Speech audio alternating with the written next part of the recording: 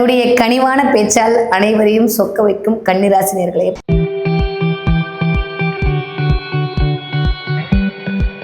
எப்பயுமே கருத்துக்களால் அனைவரையும் கவரும் கன்னிராசி நேயர்கள் தான் நான் சொல்லுவேன். இந்த தடவை கனிவான பேச்சால் கவரக்கூடிய கன்னிராசிக்காரங்க அப்படின்னு சொல்றேன்னா, இந்த தடவை கொஞ்சம் அதெல்லாம் தேவைப்படக்கூடிய காலகட்டமாக இருக்குது. வாங்க, இது 2025 வருஷம் ராகுகேது பயிற்சி கன்னிராசிக்காரர்களுக்கு என்னவெல்லாம் கொடுக்க போகிறது, எதில் கவனமாக இருக்க வேண்டும் அப்படின்னு பார்ப்போம். கன்னிராசி நேயர்களை பொறுத்த வரைக்கும் ஹாப்பாடா அப்படின்னு ஒரு நிம்மதி பெருமூச்சு விடலாம். ஏன்னா இது வரைக்கும் தலைக்கு மேலே இருந்த கேதுவை ஓரங்கட்டி 12ஆம் வீட்டுக்கு அமிச்சாச்சு. பத்தாவதுக்கு உங்களையே பார்த்து டார்ச்சர் பண்ணிட்டு இருந்த ராகுவையும் நம்ம 6ஆம் இடத்துக்கு அமிச்சாச்சு. ஸோ தனித்த ராகு தனித்த கேது, அப்பா பயங்கரமான சத்து சம்ஹார நாசம் பண்ணுறதுக்கான நேரம் இனிதே உதயம் அப்படின்னு தான் சொல்லணும். யாரெல்லாம் கடனில் மாட்டிகிட்டு இருந்தீங்களோ, யாரெல்லாம் கவலையில் உட்காந்துருந்தீங்களோ, யாரெல்லாம் எது பண்ணாலும் தடையாக இருக்குன்னு யோசிச்சுட்டு இருந்தீங்களோ, எங்கே போனாலும் எனக்கு மதிப்பு மரியாதை கிடைக்கலன்னு ரொம்ப அங்காய்ப்படுத்திட்டு இருந்தீங்களோ, அத்துணை பேருக்கும் மிகச்சரியான யோக காலமான காலகட்டம் இனிதே உதயம்.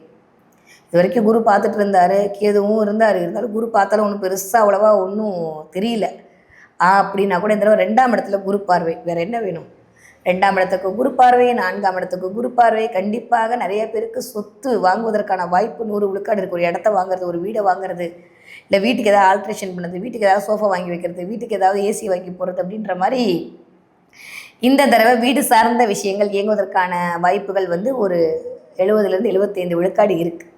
ஓகே, கன்னிராசிக்காரர்களுக்கு இந்த 12ஆம் இடத்தில் வரக்கூடிய இந்த கேது, அதை மட்டும் கொஞ்சம் கவனமாக இருக்கணும். 12ஆம் இடத்துல கேது வர்றது நல்லதா அப்படின்னு நல்லது தான். ஏன்னா விரயம் அப்படின்னு சொல்லக்கூடிய இடத்துல கேது போய் உட்காரும் போது விரயங்கள்லாம் அப்படியே தடுத்துருவார். அதனால் கவலைப்படுறதுக்கு ஒன்றும் இல்லை. ஆனாலும் அது போகிற வீடு சிம்ம வீடாக இருக்கே, அதனால் ஹெல்த் சம்மந்தப்பட்ட விஷயத்தில் கவனமாக இருக்க வேண்டிய காலகட்டம். இயல்பாகவே கேது அப்படின்னாலே உடல் ரீதியாகவும் மன ரீதியாகவும் சில தொல்லைகள் தரக்கூடிய ஆளாகத்தான் இருக்கிறார்.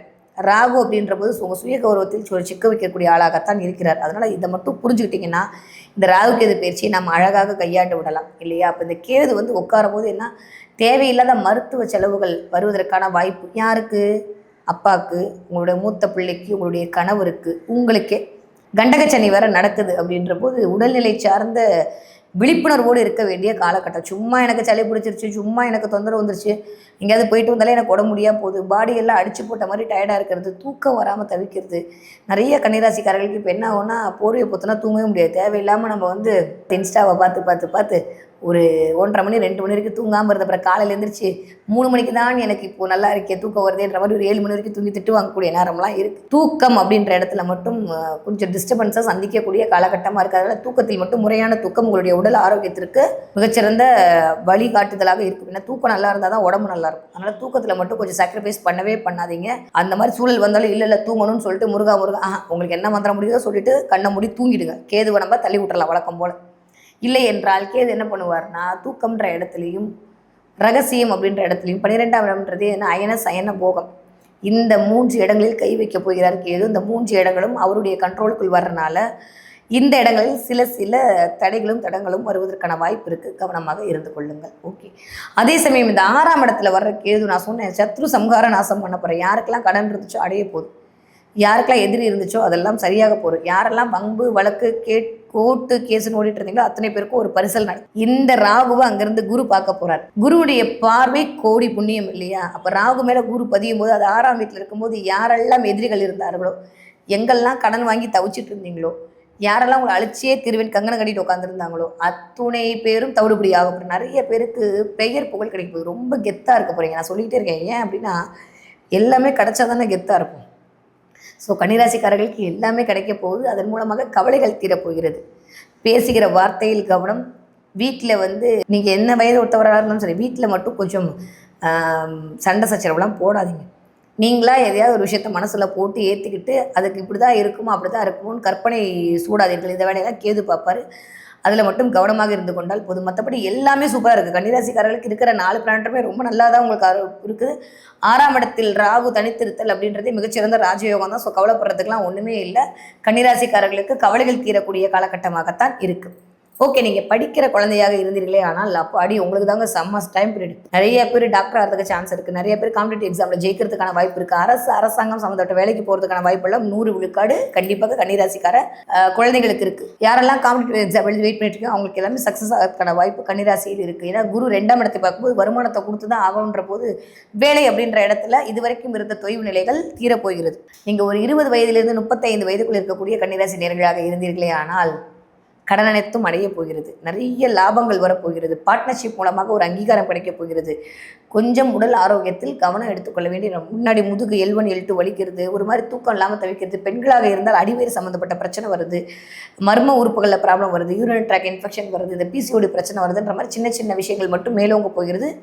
அதில் கவனமாக இருந்து கொள்ளுங்கள். நீங்கள் ஒரு 35 வயதிலிருந்து 50 வயதுக்குள் இருக்கக்கூடிய கன்னிராசி நேர்களாக இருந்தீர்களே ஆனால் சூப்பராக டைம் பீரியடுங்க. பெயர், புகழ், அந்தஸ்து, கௌரவம் எல்லாம் கிடைக்க போகிறது.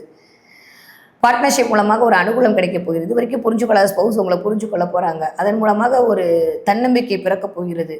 அம்மாவோட உடல்நிலையில் மட்டும் கவனம் தேவைப்படக்கூடிய காலகட்டம். ஸோ கன்னிராசிக்காரங்க, நீங்கள் இந்த வயதில் இருந்தீங்கன்னா உங்களுடைய அம்மாவினுடைய உடல்நிலையில் கவனமாக இருந்து கொள்ள வேண்டும். உங்களுடைய அப்பாவினுடைய உடலில் கவனமாக இருக்கும், மூத்த மகனுடைய உடலில் கவனமாக இருந்து கொள்ள வேண்டும். கன்னிராசி, கன்னியா லக்னம் எதுவாக இருந்தாலும் இந்த இடத்தில் நீங்கள் கவனம் என்பது தேவைப்படக்கூடிய காலகட்டமாகத்தான் இருக்கிறது. நீங்கள் ஒரு 60 வயதை தாண்டிய கன்னிராசிக்காரங்களாக இருந்தால் உங்களுடைய ஹெல்த்லேயே நீங்கள் பார்த்துக்கணும்.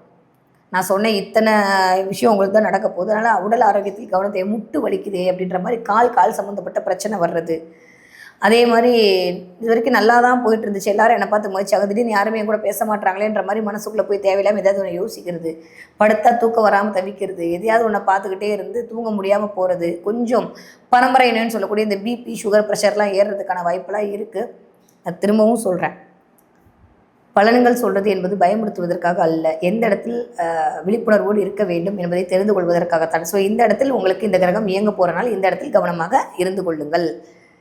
ஓகே, இவ்வளோ இருக்கக்கூடிய இந்த கன்னிராசினியர்களுக்கு என்ன மாதிரியான வழிபாடு பண்ணலாம்? என்னுடைய பிரச்சனை அனைத்தும் சரியாக போகும், எப்படியும் இருக்கிறத மாற முடியாதுன்னு சொல்லிட்டீங்க, ஓகே.